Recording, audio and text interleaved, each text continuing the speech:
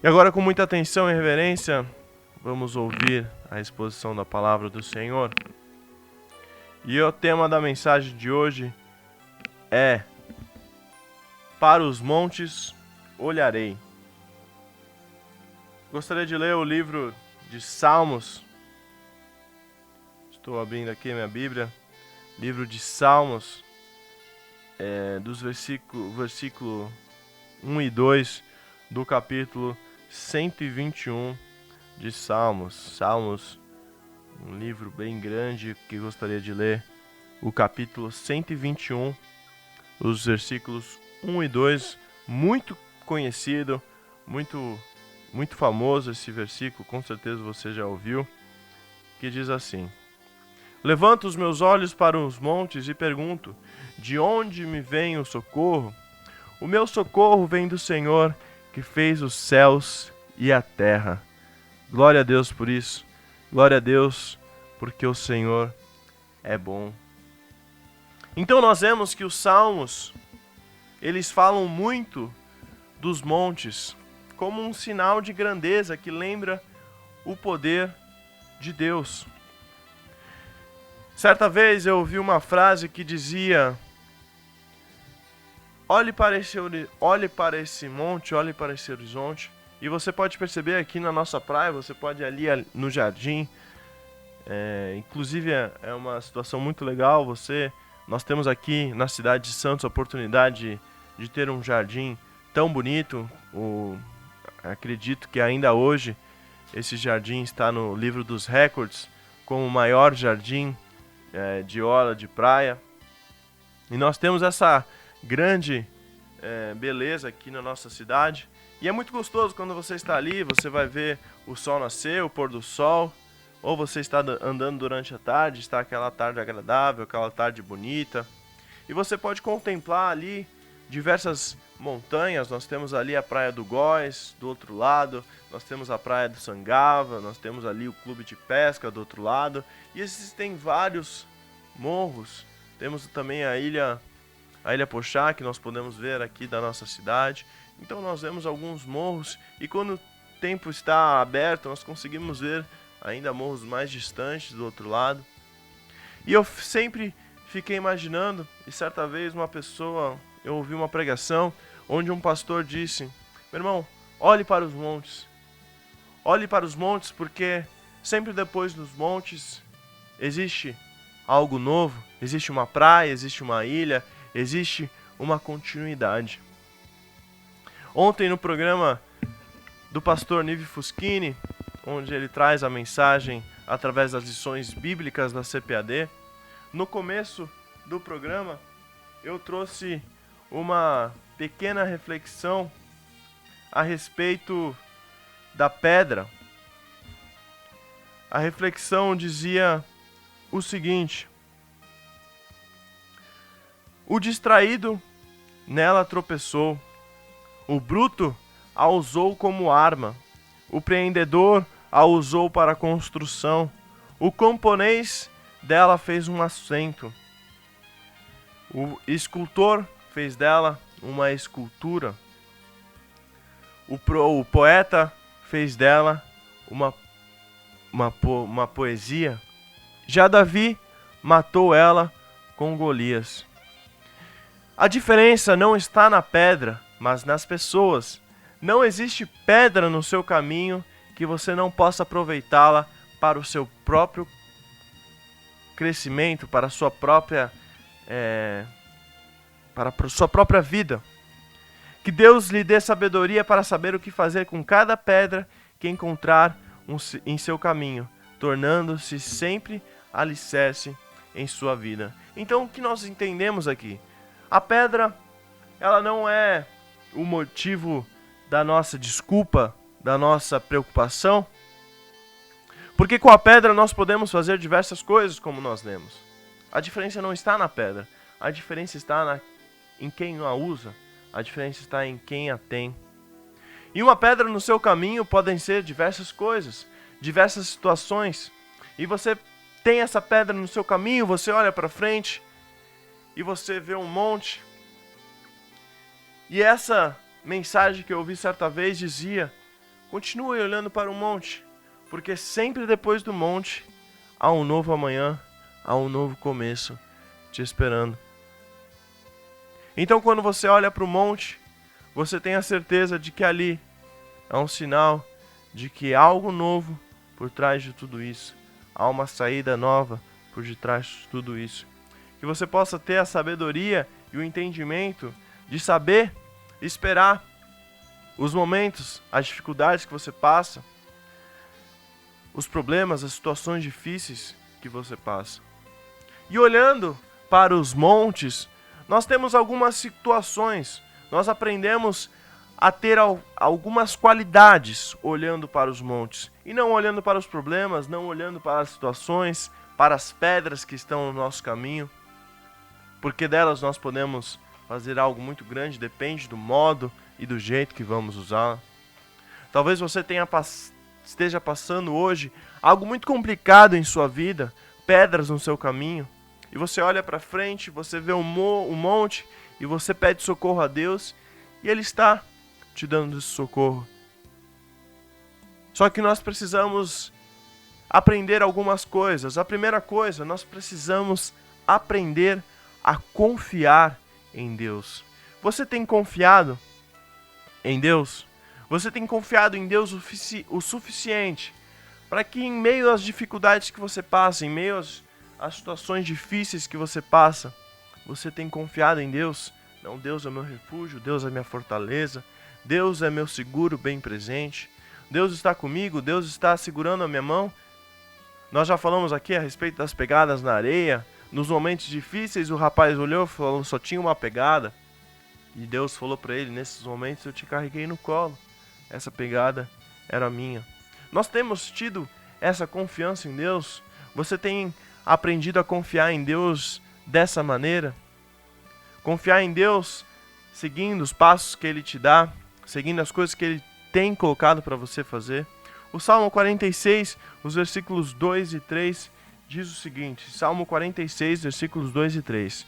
Por isso, não temeremos, embora a terra trema e os montes afundem no coração do mar, embora estrondem as águas turbulentas e os montes sejam sacudidos pela sua fúria, não temerei. O que está atrás dos montes, só Deus sabe. Só Deus sabe esse novo amanhã que te espera, essa nova situação, essa nova esperança, essa nova vida, essa nova renovo que está por vir na sua vida. E no livro de Isaías 54:10, nós podemos ler o seguinte: embora os montes sejam sacudidos e as colinas sejam removidas, ainda assim a minha fidelidade para com você não será abalada, nem a minha aliança de paz será removida, diz o Senhor, que tem compaixão de você. Então, mesmo que tudo pareça muito complicado, mesmo que tudo seja muito difícil, sempre há uma nova esperança com Cristo. O Deus de paz que tem nos levantado, que tem nos sustentado, a sua fidelidade dura para sempre. Mesmo que o seu mundo seja abalado, mesmo que a sua vida seja abalada, a sua família seja abalada, Jesus diz aqui, a minha fidelidade não será abalada. A minha aliança de paz com você não será removida. O que você tem duvidado ainda, meu irmão? O que você tem tido como dúvida ainda? O que tem feito você duvidar daquilo que Deus tem confiado à sua vida? Se Deus falou para você algo, Ele não é homem para mentir, Ele vai cumprir na sua vida. Aprenda a confiar em Deus. Aprenda a ter a certeza de que Deus está com você. Seja um servo fiel, seja um servo obediente. Não seja uma pessoa reclamona. Não seja uma pessoa que quer tudo para agora. Não seja uma pessoa que quer tudo para hoje. Saiba viver os tempos de Deus, os desígnios de Deus. Se algo ainda não aconteceu na sua vida, meu irmão, agradeça, porque isso pode ser E eu tenho certeza que é um livramento de Deus para a sua vida. O tempo de Deus é Kairos, Ele sabe o tempo certo de todas as coisas. Se Deus tem te livrado de coisas, aceite, agradeça. Não fique vivendo no seu passado. Não queira viver o seu futuro hoje. Viva o hoje, viva o presente. Tem muitas pessoas que gostam de viver a vida olhando pelo retrovisor. Ah, olha como era o ano de 2010. Olha como era aquele ano onde eu tinha isso, onde eu tinha aquilo. E as pessoas reclamam de coisas que já passaram, que estão no passado. Meu irmão, se algo está no passado, é lá que ele deve estar, no passado. Aprenda a confiar em Deus. Aprenda a colocar a sua confiança em Deus. Aprenda a ter uma vida de entrega, de confiança em Deus, sabendo que Ele tem o melhor para a sua vida. Amém? Segundo, saber que Deus é eterno. Salmos 90, livro de Salmos, capítulo 90, versículo 2, diz o seguinte: antes de nascerem os montes e de criares a terra e o mundo, da eternidade, de eternidade a eternidade, Tu és Deus. O Senhor Deus, Ele é criador de todas as coisas. Tudo que nós vemos hoje foi Deus que criou. E Deus existe de eternidade em eternidade. Meu irmão, isso deve ser um grande motivo para confiarmos em Deus. O mesmo Deus que fez maravilhas no passado, o mesmo Deus que fez grandes coisas no passado, o mesmo Deus que nós lemos em diversos livros da Bíblia, fazendo maravilhas, fazendo coisas grandiosas, e nós vemos fazendo hoje, nos dias de hoje, Ele quer fazer na sua vida também. Mas a minha pergunta é, você tem confiado em Deus a esse ponto? Confiado em Deus a entregar a sua vida nas mãos dEle, para que Ele faça aquilo que Ele tem que fazer na sua vida? Eu sei, confiar é muito difícil, mas confiar em Deus é a certeza, é uma vida de fé, é uma vida onde e é a vida que Deus espera que nós tenhamos, é a vida que Deus espera que eu e você tenhamos, uma vida de entrega, uma vida de controle total nas mãos dEle.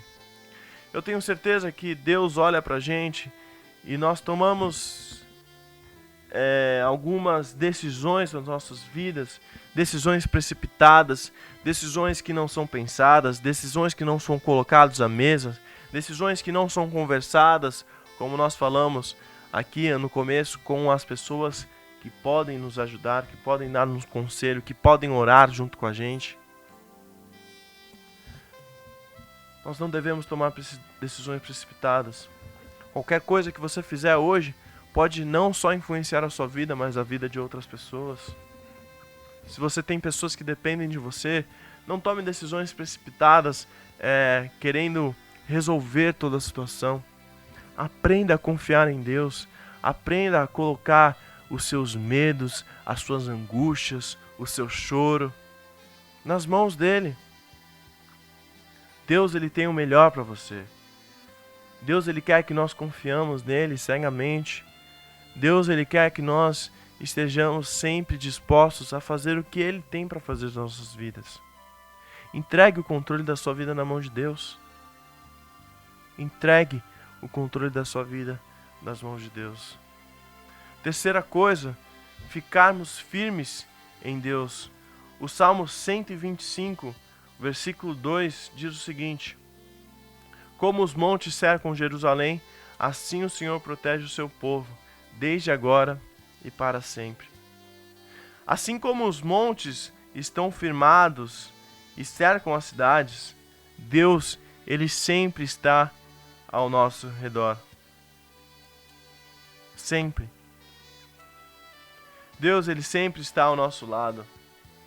No livro de Marcos 11, 23, nós podemos ler o seguinte: eu lhes asseguro se alguém disser a esse monte, levante-se e atire-se do mar, e não duvidar em seu coração, mas crer que acontecerá o que diz, assim lhe será feito. Você tem tido fé o suficiente para acreditar nisso? Você tem tido fé o suficiente para fazer isso? Para ordenar isso? Jesus ele nos fala a respeito de termos a fé do tamanho de um grão de mostarda. Qual tem sido o tamanho da nossa fé? Um grão de mostarda é uma coisa muito pequena. É uma coisa minúscula. Você já com certeza já ouviu falar disso. É uma coisa tão pequena que é quase imperceptível aos olhos humanos. E Deus ele nos fala aqui para ficarmos firmes ao Senhor. Aqui ele nos fala que os montes eles estão ao nosso redor, nos protegendo, cuidando de nós. Você sabe, eu e você sempre passamos por momentos difíceis. Eu e você sempre passamos por momentos de luta.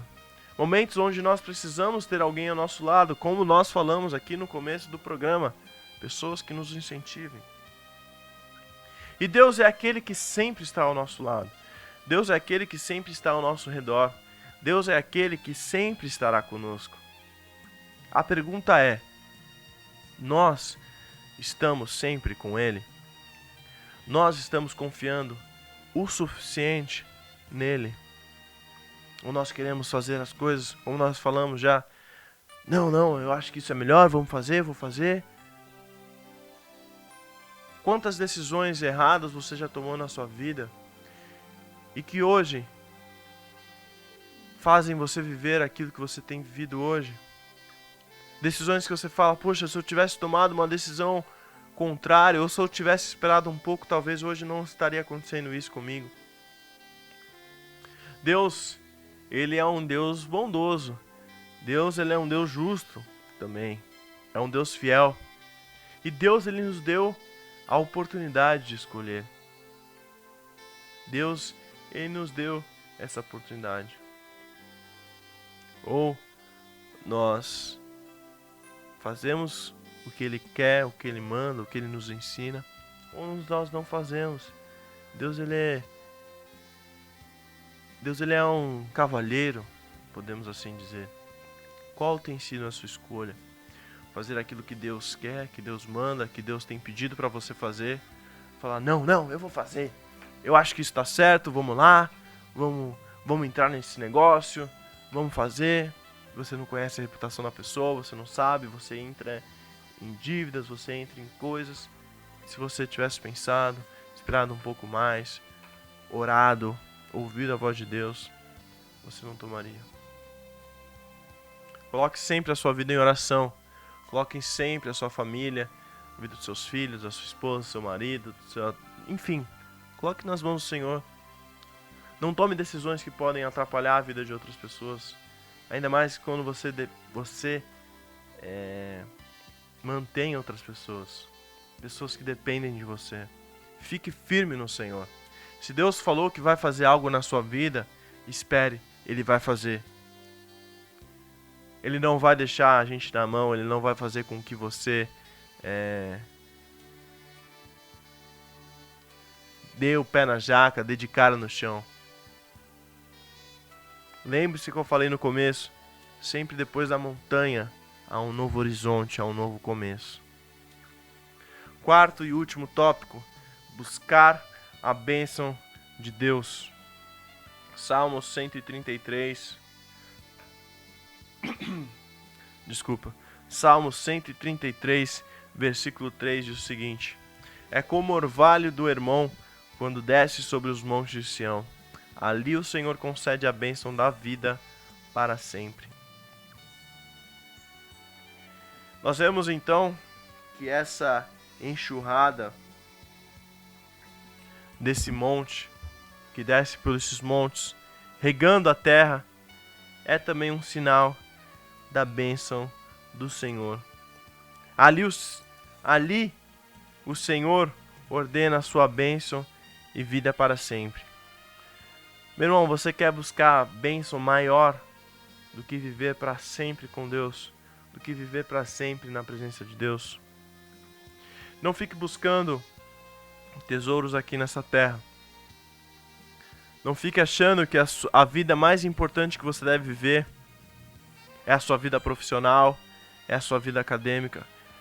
Meu irmão, eu não estou dizendo que nós não devemos estudar, eu não estou dizendo que nós não devemos ter uma profissão, que nós não devemos nos empenhar a uma profissão, que nós não devemos nos dedicar àquilo que Deus tem nos dado para fazer.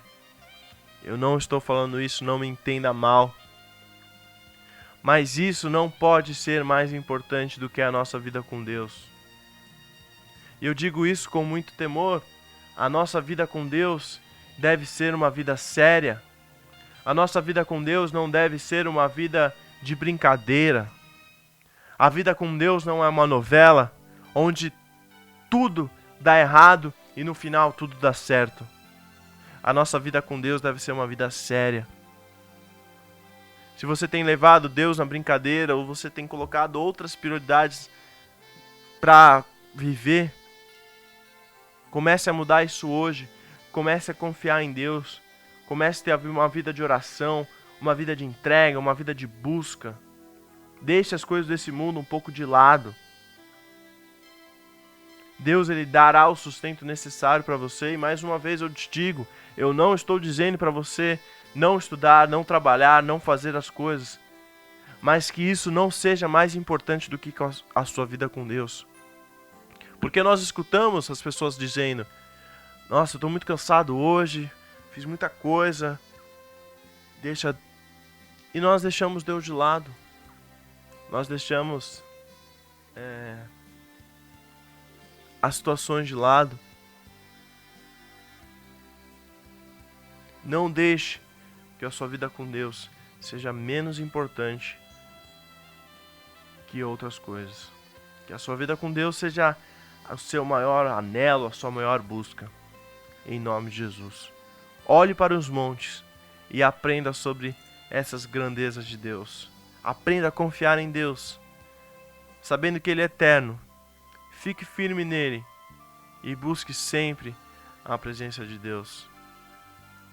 Que você, ao olhar para o monte, você possa saber que há sempre um novo amanhã esperando por você, esperando para a sua vitória chegar.